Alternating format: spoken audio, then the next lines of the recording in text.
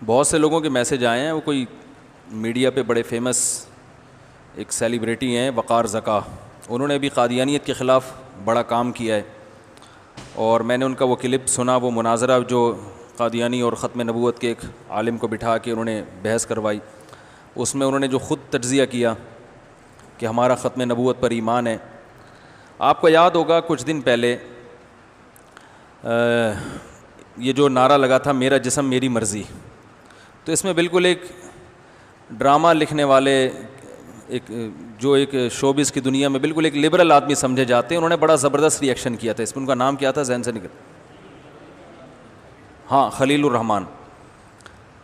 تو پورا میڈیا ان کے خلاف ہو گیا تھا, اور میں نے پھر اس کے بعد بھی بہت سارے کلپ ان کے دیکھے تو اندازہ ہوا کہ یہ آدمی بالکل تنہا ہو گیا ہے. تو ایسے موقع پہ ہم سب کی ذمہ داری بنتی ہے کہ ایسے کسی بھی محنت کو ہم اپریشیٹ کریں, ایسے بندے کو ہم کی حوصلہ افزائی کریں کہ بھئی ویل ڈن, آپ کے باقی کاموں کا اللہ جانے, ٹھیک ہے نا. ہم کسی برے کام کو کبھی بھی اپریشیٹ نہیں کر سکتے, ہمیں نہیں پتہ آپ نے برا کیا اچھا کیا, لیکن یہ کام بہرحال آپ نے اچھا کیا ہے. اور اس کی ویلیو اس لیے بھی بڑھ جاتی ہے کہ علماء کا اپنا ایک طبقہ ہوتا ہے جو علماء کو سنتا ہے, لیکن دنیا میں بہت سے لوگ ان لوگوں کو بھی سنتے ہیں جو انہی کی تقریر سے, انہی کے جذبات سے متاثر ہوتے ہیں. وہ ہمارے اور آپ کے جذبات سے متاثر نہیں ہوتے, کیونکہ ہماری بات اس طبقے میں نہیں پہنچتی ہے جس طبقے میں اس طرح کی سیلیبریٹیز کی باتیں پہنچتی ہیں, اور اس پر اثر زیادہ ہوتا ہے. تو یہی وقار زکا صاحب نے جو قادیانیت کے خلاف کام کیا ہے, تو اس پہ بہرحال ان کو اپریشیٹ کرنا چاہیے.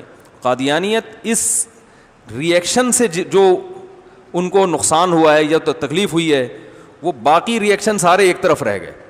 تو لبرل طبقے میں اور اس طرح کی سیلیبریٹیز میں اس طرح کی بات کا آ جانا یہ ایک بہت اچھی بات ہے. اس میں بلا وجہ کیڑے نکالنا, اب ہے اس کا تو یہ مقصد, اب ہے اس کا تو کوئی اچھا کام کرے تو بھائی اچھا کہہ دیا کرو, کیا جا رہا ہے, گورنمنٹ کی طرف سے کوئی ٹیکس لگتا ہے اس پہ.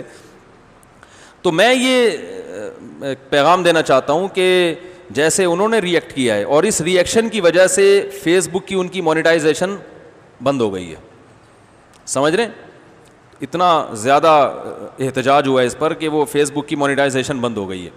تو باقی جو ہماری جو سیلیبریٹیز ہیں جو میڈیا پہ آتے ہیں وہ بھی الحمدللہ مسلمان ہیں, تو ان کو بھی چاہیے کہ اس معاملے میں وقار زکا کا ساتھ دیں. وہ لوگ ساتھ نہیں دیتے تو اپنے طور پر ایک کوئی ویڈیو ریکارڈ کروا لیں کہ بھائی ہم اس مسئلے میں ہم جیسے بھی ہیں بہرحال کلمہ گو مسلمان ہیں, ہم ختم نبوت پر ایمان رکھتے ہیں, رسول اللہ صلی اللہ علیہ وسلم کو آخری نبی سمجھتے ہیں. دیکھو حدیث میں آتا ہے کہ جس کے دل میں رائی کے دانے کے برابر بھی ایمان ہوا, بالآخر اللہ اسے جہنم کی آگ سے نکالیں گے.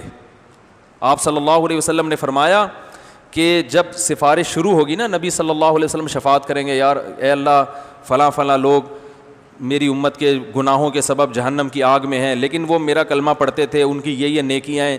تو نبی صلی اللہ علیہ وسلم شفاعت کریں گے, کرتے کرتے بہت بڑا طبقہ حدیث میں آتا ہے کہ وہ جہنم سے نکل جائے گا. تو آخر میں اللہ فرمائیں گے اب کوئی ہے سفارش کرنے والا, تو کوئی بھی اب مزید شفاعت کرنے والا نہیں ہوگا. تو اللہ تعالیٰ فرمائیں گے هل يبقى الا الرحمن, ابھی رحمان باقی ہے, میں نے خود اپنی مرضی سے تو ابھی نکالا نہیں ہے, ابھی تو میری مخلوق ہے جو شفاعت کر رہی ہے, تو میں تو رحمان ہوں. تو اللہ کہیں گے کہ جس نے زندگی میں ایک بار بھی لا الہ الا اللہ کہا, محمد رسول اللہ, یعنی جس کے دل میں رائی کے دانے کے برابر بھی ایمان, اسے کچھ اسلام کا نہیں پتا ہو, کوئی عمل اس کی زندگی میں نہ ہو, سارے اعمال نامے برائیوں سے بھرے ہوئے ہوں, سیاہکاریوں سے بھرے ہوئے ہوں, کوئی ایک نیکی بھی نہ ہو, تو اللہ کہیں گے کہ ایک دفعہ بھی, یعنی مسلم تھا وہ, آپ صلی اللہ علیہ وسلم کا امتی تھا, آپ پر ایمان رکھتا تھا اور میری توحید کو مانتا تھا, بس ایسا بھی کوئی شخص اگر جہنم میں ہے تو اس کو بھی نکال کے لے آؤ. تو حدیث میں آتا ہے کہ یہ وہ وقت ہوگا کہ جب جو لوگ کفر پہ مرے ہیں وہ کہیں گے یا لیتنی کنت ترابا, ہائے کاش ہم مر کے مٹی ہو کے ختم ہو جاتے. اور حدیث میں آتا ہے کہ جو کافر جہنم میں ہوں گے وہ اہل اسلام کو تانے دیں گے کہ تمہارے ایمان نے تمہیں کوئی فائدہ نہیں پہنچایا, تم بھی بدعمال تھے, ہم بھی بدعمل تھے, تم بھی بدعمل تھے, آج ہم دونوں اکٹھے جہنم میں ہیں, تو تمہارا مسلم ہونا تمہارے کام نہیں آیا. ایسے موقع پہ اللہ کو غیرت آئے گی, اللہ کہے گا نہیں نہیں نہیں, جو میرے ماننے والے تھے اگرچہ نالائق تھے, اگرچہ مجھے فالو نہیں کرتے تھے, لیکن میرے ماننے والے تھے, آج میں ان کو نکالوں گا. اپنوں کو ہمیشہ آخر دم تک ان کا خیال رکھا جاتا ہے. تو کوئی بھی اس طرح جب ایمان کا مسئلہ ہوتا ہے, قادیانیت کے ساتھ ہمارا جو اختلاف ہے نا وہ اعمال کا نہیں ہے, وہ کس کا ہے؟ ایمان کا. ختم نبوت پہ ڈاکہ جو حق خالصتاً محمد صلی اللہ علیہ وسلم کا تھا, وہ 15ویں صدی کے ایک جھوٹے کذاب کو انہوں نے دے دیا. تو نبی تو اللہ کے نمائندے ہیں نا. نبی کس کے نمائندے ہیں؟ کسی ملک کے سفیر کی توہین کرو تو یہ اس سفیر کی نہیں بلکہ اس ملک کی توہین سمجھی جاتی ہے. جتنا بڑا ملک ہوگا اس کے سفیر کو اتنا ہی پروٹوکول دیا جاتا ہے. تو اس خالق کائنات کے سفیر کی معمولی حیثیت نہیں ہے. اور سب سے بڑی توہین کسی کی یہ ہے کہ اس کی سفارت میں آپ کسی دوسرے کو اس کے ساتھ شریک کر دیں. یہ چھوٹی توہین تھوڑی ہے, بہت بڑی توہین ہے یہ.